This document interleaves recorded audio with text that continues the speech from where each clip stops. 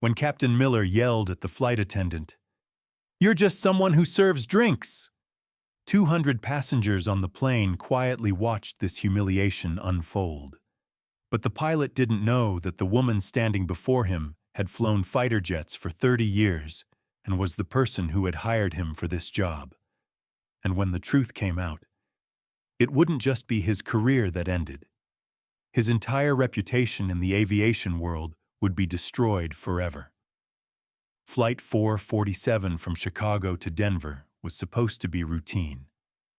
It was a Tuesday afternoon in late October, the kind of crisp autumn day when the sky stretched endlessly blue and flying felt like freedom itself.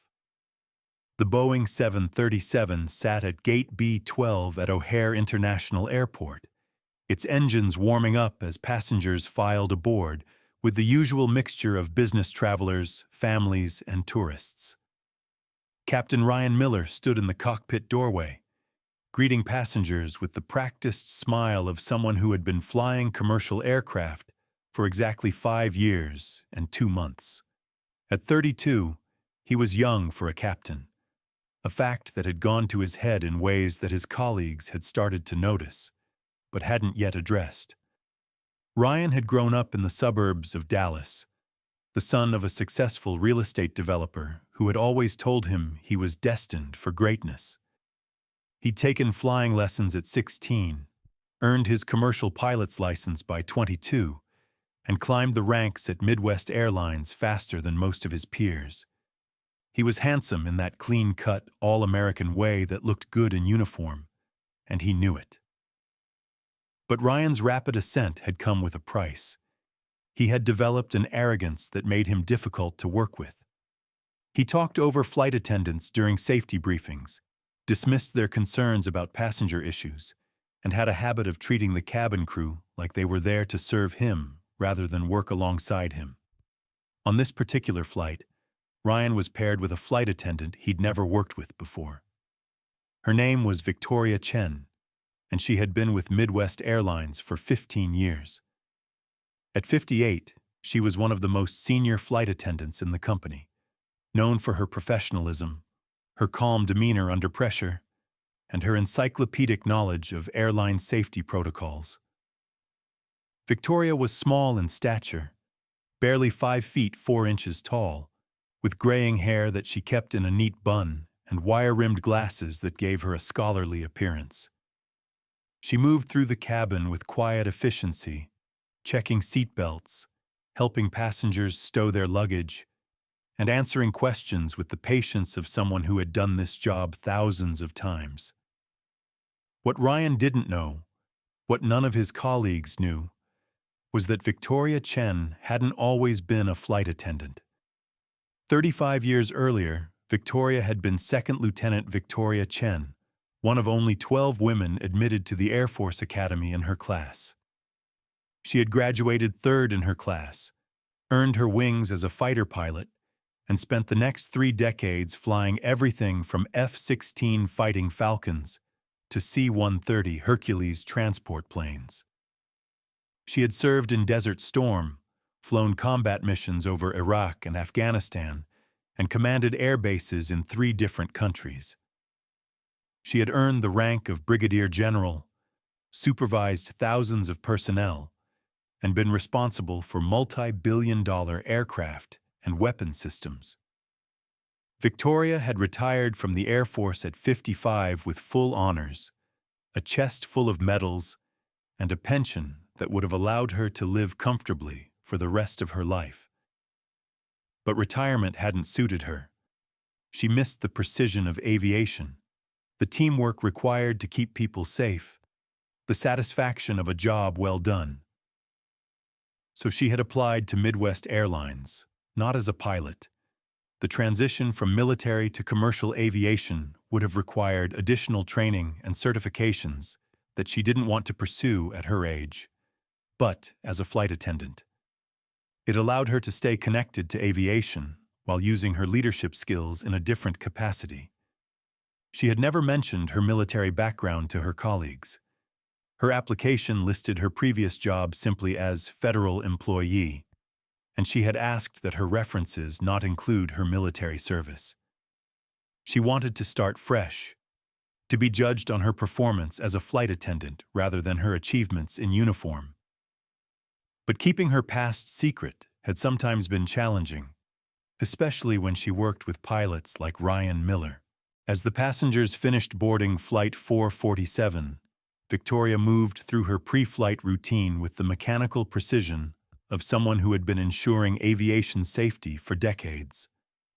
She checked that all carry-on bags were properly stowed, that seatbacks were upright, that electronic devices were turned off or switched to airplane mode. In the galley, she reviewed the passenger manifest with the other flight attendants, noting any special needs, unaccompanied minors, or frequent flyers who might require extra attention. She checked the emergency equipment, tested the communication systems, and verified that all safety cards were in their proper seat pockets. Ryan Miller observed this routine from the cockpit doorway, but instead of appreciating Victoria's thoroughness, he found it excessive. "Hey, Victoria," he called out, his voice carrying that tone of casual authority that military people recognize as the mark of someone who has never actually commanded anything important. "We're running a little behind schedule here. Think you could speed up the safety theater?" Victoria looked up from the emergency equipment checklist she was reviewing. "I'll have us ready for departure in 3 minutes, Captain. Just completing the required safety checks." "Required safety checks," Ryan repeated with a smirk, loud enough for the other flight attendants to hear. "Look, I appreciate the dedication, but this isn't rocket science. It's just making sure people have their seatbelts on." Victoria didn't respond immediately. She had heard variations of this attitude before, from young officers who confused confidence with competence, who thought that following safety protocols was somehow beneath them or unnecessary. "Safety protocols exist for a reason, Captain," she said quietly, continuing her checklist. "They're written in blood." Ryan laughed. "Written in blood? Come on, Victoria. We're flying a domestic route in perfect weather. The most dangerous part of this flight is probably the drive to the airport." One of the other flight attendants, Sarah, glanced nervously between Victoria and Ryan. She had worked with Ryan before and knew he could be difficult, but she had also worked with Victoria long enough to know that the older woman never engaged in unnecessary conflicts. "I understand your perspective, Captain," Victoria said, her voice remaining level. "But experience has taught me that complacency is often the precursor to accidents." "Experience?" Ryan's tone shifted, becoming more condescending. "Victoria, no offense, but what experience are you talking about? You serve drinks and hand out peanuts. I'm the one with experience flying aircraft." The galley fell silent. Sarah and the other flight attendants froze, recognizing the dangerous territory this conversation was entering. Victoria looked up from her checklist, her eyes meeting Ryan's through her wire-rimmed glasses. For just a moment, something flickered in her expression. Not anger, exactly, but a kind of quiet assessment, like someone calculating the trajectory of incoming fire. "You're right, Captain," she said finally. "I do serve drinks and hand out peanuts, and I take pride in doing those jobs well." Ryan smiled, interpreting her response as submission. "Exactly. So let's stick to our respective areas of expertise, shall we? You handle the cabin service, I'll handle the flying." But Victoria wasn't finished. "However," she continued, "I've also spent some time around aircraft, and in my experience, the pilots who are most concerned about safety protocols are usually the ones with the most actual flight hours." Ryan's smile faltered slightly. "Are you questioning my flight hours?" "I'm not questioning anything, Captain. I'm simply observing that in aviation, humility and safety tend to go hand in hand." The tension in the galley was palpable now. Ryan's face was beginning to flush, his jaw tightening as he realized that this flight attendant, this woman who was supposed to defer to his authority, was challenging him in front of his crew. "Look, Victoria," he said, his voice rising slightly. "I don't know what your problem is, but I'm the captain of this aircraft. That means I'm in charge. That means when I tell you to speed up your little safety routine, you speed it up. That means you show me the respect that my position deserves." Victoria continued her checklist, her movements calm and deliberate. "I absolutely respect your position as captain, and I will always follow lawful orders that relate to flight safety. But dismissing safety protocols as theater isn't something I can support." Ryan stepped closer, his presence intended to intimidate. "Support? You don't need to support anything. You need to do your job. And your job is to serve passengers, not lecture me about aviation safety." "Actually," Victoria said, looking up from her checklist, "my job is to ensure passenger safety. Serving beverages is secondary to that responsibility." Ryan's laugh was sharp, humorless. "Passenger safety? You think checking whether someone's tray table is up is passenger safety? You think making sure their seat back is in the full upright position is some kind of critical safety function?" "Yes," Victoria said simply. "I do." "Well, that's where you're wrong," Ryan shot back. "Real passenger safety happens up there." He pointed toward the cockpit, where actual pilots with actual training make actual decisions about flight operations. What you do back here is customer service with a safety coating. The other flight attendants exchanged glances. They had all heard variations of this attitude before. Pilots who saw cabin crew as glorified waitresses rather than safety professionals. But Ryan was being more explicit about it than most. Victoria set down her checklist and looked directly at Ryan. "Captain Miller, may I ask how many hours you have in type?" "In type?" Ryan blinked, caught off guard by the technical specificity of the question. "What do you mean, in type?" "Flight hours in this specific aircraft model, the Boeing 737. Ryan's jaw tightened. "I have over 3,000 total flight hours." "That's not what I asked." The galley was dead silent now. Even the passengers in the forward rows had begun to notice the tense conversation taking place among the crew. "I have 800 hours in the 737, Ryan said defensively. Victoria nodded. "And how many of those hours were as pilot in command?" "Look, what is this? Some kind of interrogation? I don't have to justify my qualifications to a flight attendant." "You're absolutely right," Victoria said. "You don't have to justify anything to me. I was simply curious about your background, since you seem so confident about safety protocols being unnecessary." Ryan's face was fully flushed now. "I never said they were unnecessary. I said you were being excessive. There's a difference." "Is there?" Victoria asked. "Because from where I stand, it sounds like you're suggesting that following FAA-mandated safety procedures is somehow optional." "Don't twist my words." "I'm not twisting anything, Captain. I'm trying to understand why you believe that safety checks designed to protect 200 passengers should be rushed to save a few minutes." Ryan stepped closer, his voice dropping to what he probably thought was a menacing whisper, but was loud enough for everyone in the galley to hear. "Let me make something very clear to you, Victoria. I'm the captain of this aircraft. I have years of training, thousands of flight hours, and the authority of the FAA behind me. You are a flight attendant. You serve drinks. You hand out pillows. You point to the nearest exit. That's it. So when I tell you that your safety checks are excessive, you don't argue with me. You don't question my judgment. You do your job and let me do mine." The silence that followed was profound. Victoria looked at Ryan for a long moment, her expression unreadable behind her wire-rimmed glasses. "You're absolutely right, Captain," she said finally. "I am a flight attendant. I do serve drinks and hand out pillows, and I do point to the nearest exit." Ryan nodded, satisfied that he had finally established his dominance.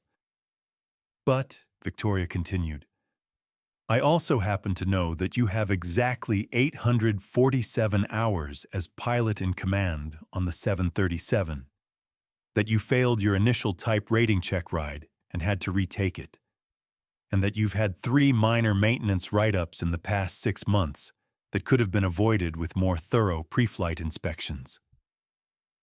Ryan's mouth fell open. "How could you possibly know?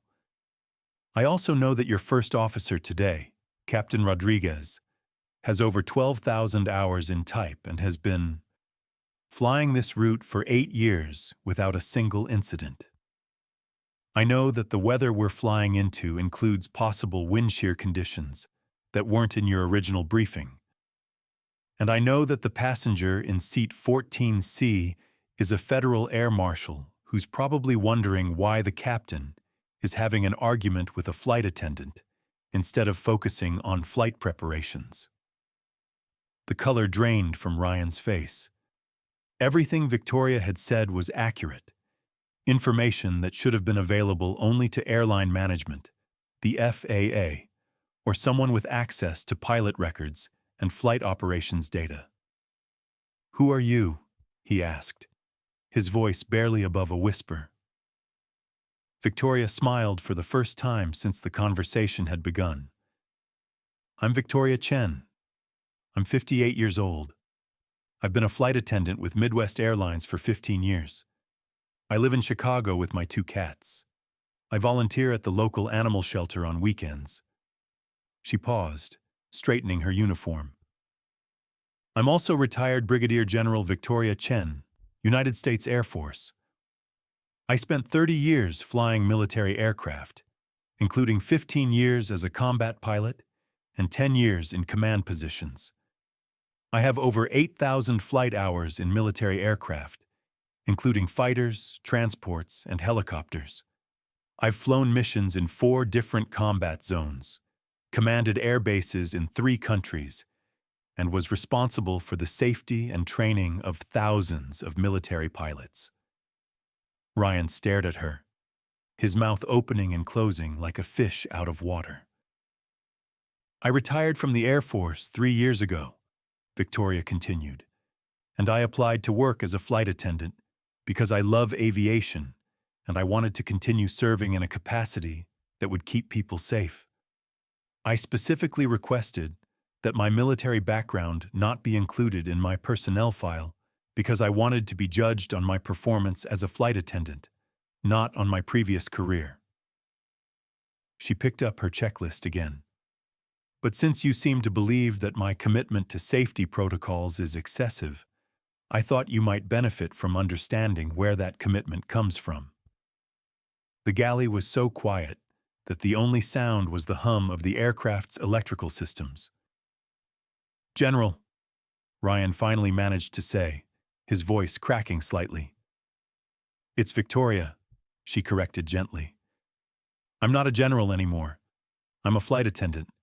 And you're the captain. That chain of command hasn't changed." Ryan swallowed hard. "Victoria, I had no idea. If I had known—" "If you had known what?" Victoria interrupted. "That I had a military background? Would that have changed how you treated me? Would my previous rank have made my commitment to safety more valid?" Ryan didn't answer because they both knew what the answer was. "Captain Miller," Victoria said, her voice taking on a different quality. Not the deference of a flight attendant, but the measured authority of someone who had commanded others in life and death situations. "I need you to understand something. Every person on this aircraft, from the newest flight attendant to the most experienced captain, is here for one reason: to ensure that 200 passengers arrive at their destination safely. That's not customer service. That's not theater. That's a sacred responsibility. She stepped closer, her presence somehow filling the small galley space. When I check that emergency equipment, I'm not being excessive. I'm making sure that if something goes wrong, we have the tools we need to save lives. When I verify that seatbacks are upright and tray tables are stowed, I'm ensuring that passengers can evacuate quickly if necessary. When I review passenger manifests, I'm identifying potential issues before they become problems. Ryan nodded, unable to speak. Every safety protocol on this aircraft was written because someone, somewhere, died when that protocol wasn't followed. Every checklist exists because a crew somewhere made an assumption, and people paid for it with their lives. The reason I take these procedures seriously isn't because I'm being difficult or excessive. It's because I've seen what happens when they're ignored. Victoria moved back to her checklist. Now, Captain, we have a flight to complete. I suggest we focus on doing our respective jobs with the professionalism that our passengers deserve. Ryan stood there for another moment, his face cycling through embarrassment, shame, and something that might have been respect. Finally, he cleared his throat. Victoria, he said quietly, I owe you an apology.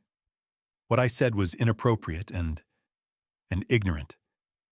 I had no right to question your professionalism or dismiss your concerns. Victoria looked up from her checklist. Apology accepted, Captain. Now, shall we get these passengers safely to Denver? Ryan nodded. Yes, ma'am. Yes, Victoria. But the story didn't end there. As Flight 447 made its way toward Denver, the weather conditions began to deteriorate exactly as Victoria had predicted. What had started as a routine flight encountered unexpected turbulence, wind shear, and a storm system that required multiple course corrections and altitude changes. Throughout the flight, Victoria moved through the cabin with calm efficiency, reassuring nervous passengers, assisting with medical issues, and coordinating with the cockpit on weather updates and passenger concerns. Ryan, humbled by their earlier encounter, found himself deferring to her experience and judgment in ways he had never done with cabin crew before. When they finally landed in Denver, 20 minutes late but safely, Ryan made an announcement that surprised everyone on the aircraft. Ladies and gentlemen, this is your captain speaking. I want to thank you for flying with us today, and I want to specifically acknowledge our lead flight attendant, Victoria Chen, whose professionalism and expertise made this flight safer for all of us. It's crew members like Victoria who make aviation the safest form of travel in the world. After the passengers deplaned, Ryan approached Victoria in the galley. General, Victoria, I learned something today. Something I should have learned a long time ago. Victoria was cleaning up, her movements as precise and efficient as everything else she did. What's that, Captain? That experience and wisdom don't always come in the form you expect them to, and that maybe the people you think are beneath you are actually the ones who have the most to teach you. Victoria smiled. That's a valuable lesson, Ryan, and one that will make you a better pilot. Can I ask you something? Ryan said.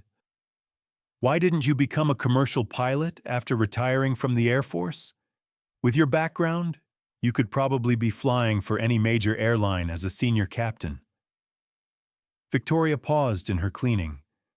Because I've spent 30 years giving orders and making decisions that affected thousands of people. I've carried the weight of command, the responsibility of life and death. After 3 decades of that kind of pressure, I wanted to serve in a different way. I wanted to take care of people directly, to be part of a team rather than leading it. She folded a blanket with military precision. And because someone very wise once told me that true leadership isn't about the title you hold or the rank on your uniform, it's about how you serve others, regardless of what position you're in. Ryan nodded slowly. Who told you that?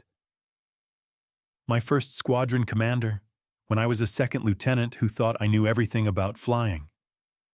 Victoria smiled at the memory.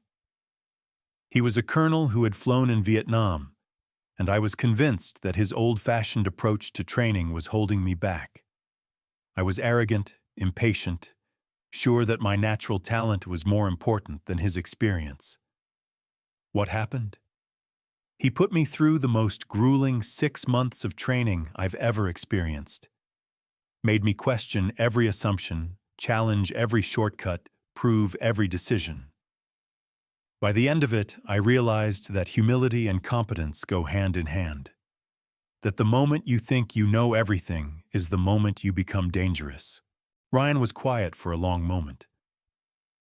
I was that arrogant lieutenant today, wasn't I? You were someone who still has room to grow, Victoria said diplomatically. That's not a bad thing, as long as you're willing to do the growing. Word of the incident spread through Midwest Airlines quickly, though not in the way Ryan had feared. Instead of becoming a cautionary tale about pilot arrogance, it became a story about the unexpected expertise that could be found throughout the company and the importance of treating every team member with respect. Victoria's military background eventually became known among her colleagues, but she remained a flight attendant by choice. She used her experience to mentor younger crew members, to improve safety protocols, and to serve as a bridge between flight operations and cabin service. Ryan Miller, meanwhile, became one of the most safety-conscious pilots in the company.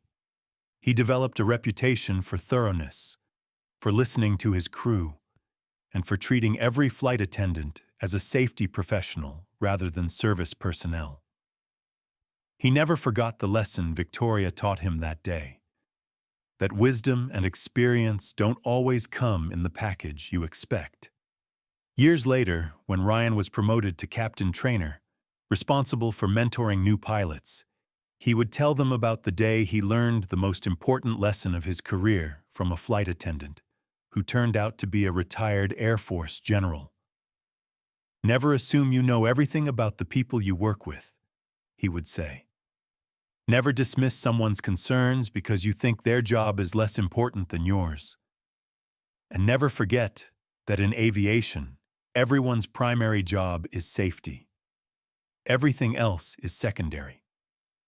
Victoria continued flying until she turned 65, the mandatory retirement age for flight attendants.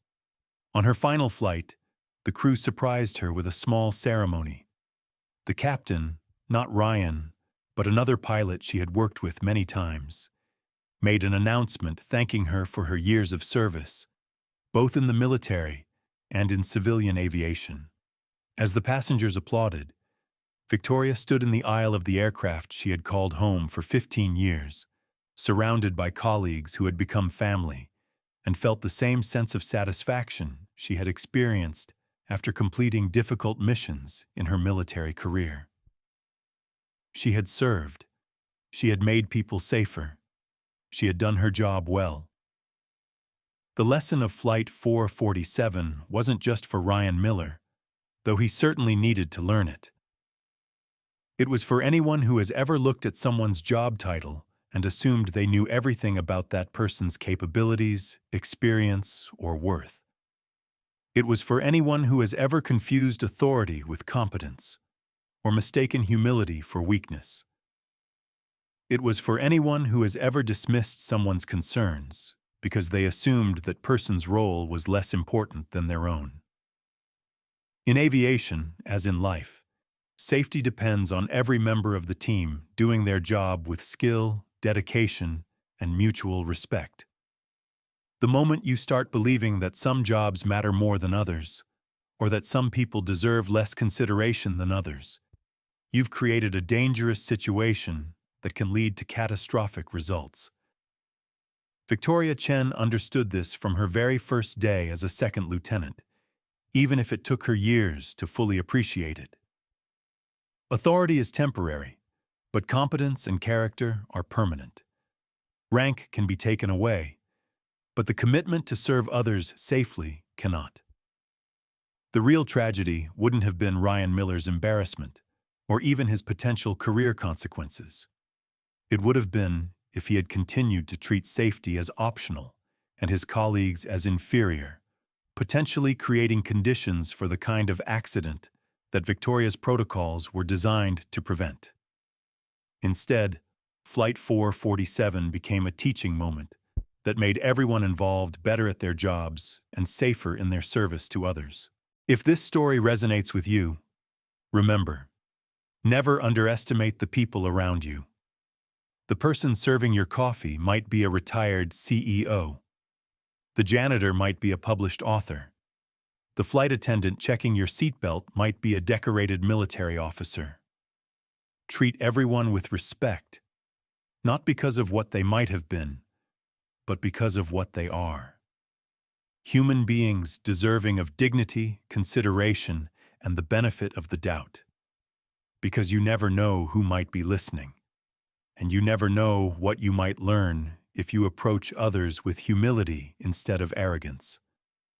The quiet ones are often the ones with the most important stories to tell. And sometimes, the person you think is beneath you is actually the one who can teach you the most about excellence, service, and what it really means to be professional.